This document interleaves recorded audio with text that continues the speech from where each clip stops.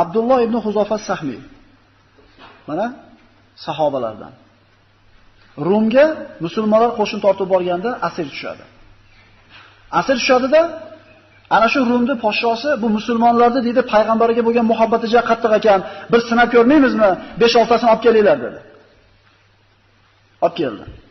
Abdulloh ibn Huzofani olib keldi. Haligi imperator shunday qarab turdi-da, bitta taklif bor dedi. Asir tushgan musulmonga bitta предложение bor deyapti. Xo'sh deydi Abdulloh. Diningni qo'yasan deydi. Meni dinimga o'tasan, seni omon qoldiraman deydi. Desa yo'q deydi. Bo'lmasam o'lasan desa, o'shini deb kelganman bu yerga deydi. Bo'lmasam deydi, yana bitta taklif bor deydi.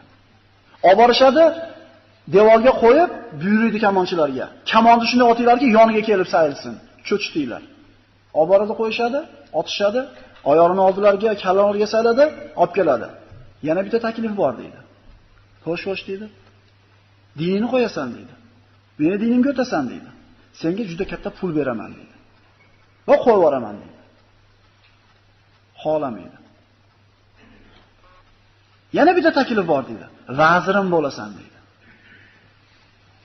Birodarlar, ushbu paytdagi Vizantiyskiy imperiya, mana Rum deganda Rimskiy imperiyani tushunmaylik. U burun bo'lgan, Iso alayhisalom davrida bo'lgan Rimskiy imperiya.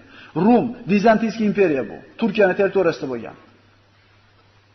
O'sha davrdagi eng kuchli imperiyaning bitta imperatori vazirim bo'lasan deyapti.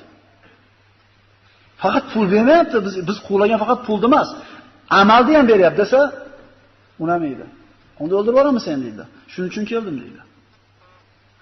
Shunda ko'zini oldida bir qancha musulmonni olib kelib turib, qozonda qaynab turgan yoqqa shunday tashlashib yuboradi tirikligicha. Qovjirab, suyagi terisidan go'shidan ajrab ketadi.